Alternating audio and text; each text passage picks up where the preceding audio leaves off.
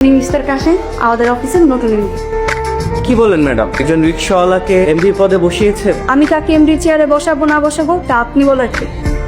Sorry madam. Kashem রিক্সা চালিয়ে ভার্সিটিতে পড়াশোনা করে, তার যোগ্যতা আছে এমডি হওয়ার। সোনিয়া, জি ম্যাম। কাশেমকে ফাইলপত্রগুলো বুঝিয়ে দিবেন। যাকে আনস্মার্ট গাইয়া খ্যাত বলতাম তাকে আমার স্যার বলতে হবে? আমার ছোট ভাইকে স্যার বলতে হবে, যাকে বাসা থেকে বের করে দিয়েছিলাম। কাশেম যাও আমার চেয়ারে।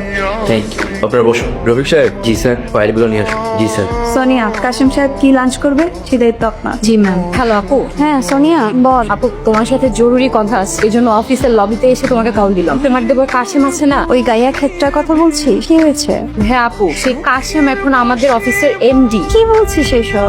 হ্যাঁ আপু, ভাইয়াকে আর আমাকে কাশেমকে স্যার ডাকতে বলছে। এটা কি করে সম্ভব? আমি তাহলে রাখছি, কাশেম স্যার আমাকে ডাকছে। অহনা, হ্যাঁ কাশেম বলো। এই ফাইলে তো 1.5 কোটি টাকার গরমি পাচ্ছি। কি বলছো এসব? রফিক সাহেব, এই ফাইলে 1.5 কোটি টাকা গরমি কেন?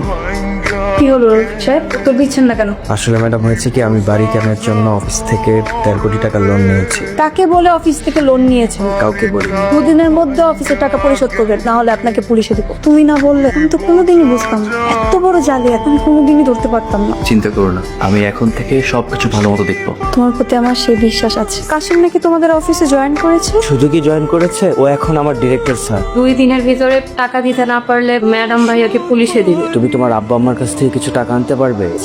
আমার বাবা মার কাছ থেকে? না না, বাবা মা টাকা এখন দিতে পারবে না, আমার বাবা মার অনেক সমস্যা। আমি বলি কি, তুমি কাশিমের সাথে কথা বলো, ওকে একটু রিকোয়েস্ট কর। আর সোনিয়া, তুই কাশিমের সাথে একটু ভালো ব্যবহার কর, ভালো ব্যবহার করে ওকে পটিয়ে ফেল। ওরা গাইয়া খ্যাত অল্পতেই বলেছে। ওয়াও স্যার, আপনাকে আজকে অনেক সুন্দর লাগছে, ভেরি সুইট লাগছে। তাই আর কি, সুইট লাগছে না? জি স্যার, মনে হচ্ছে কোনো তামিল মুভির হিরো বসে আছে। ও তাই? জি স্যার, একদম মন থেকে বলছি, সত্যি কথা স্যার। ফাইজলামি করতে আসে। যান ডেরি যান। কেন sir, any problem? Please leave me alone. কি হয়েছে?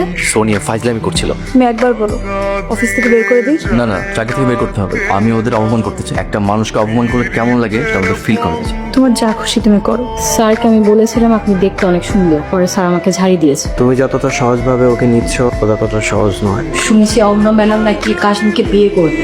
কি ওর মতো খ্যাত রিক্সা চালক ওকে ম্যাডাম বিয়ে করবে?